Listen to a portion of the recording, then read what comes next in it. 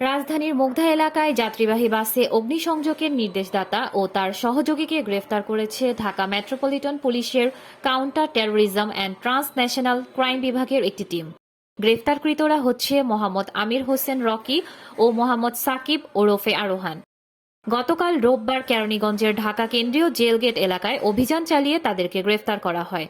এ সময় তাদের নিকট হতে 2 বোতল পেট্রোল ও গাড়িতে আগুন দেওয়ায় ব্যবহৃত একটি মোটরসাইকেল উদ্ধার করা হয়।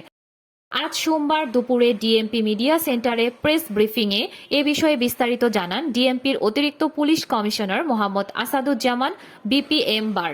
তার নেতা হচ্ছে মিজান, মিজান গুলিস্তান এলাকার নেতা এবং তারই সহযোগী হচ্ছে আলামিন, এবং এই আলামিন নিয়োগপ্রাপ্ত হয়েছে আরও 2 জন সহ এই রকির নির্দেশনায়।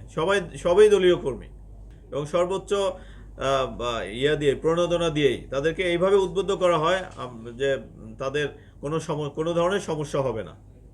গতকালকেও আমি বলেছি, আপনারা দেখবেন যাত্রাবাড়ি থানা এলাকায় তারা আরেকটি আগুন দেওয়ার চেষ্টা করেছিল। আগুন দেওয়ার আগে আমরা তাদেরকে গ্রেপ্তার করেছি এবং গতকালকেও আরও 2টি ঘটনায় সে এই কাজে মুগদার মতো ওরকম 2টি কাজও সে ঘটিয়েছে এবং সেটা নিয়েও আমাদের যাদেরকে সে নিয়োগ করেছিল তাদেরকে আমরা গ্রেপ্তারের প্রচেষ্টা নিচ্ছি।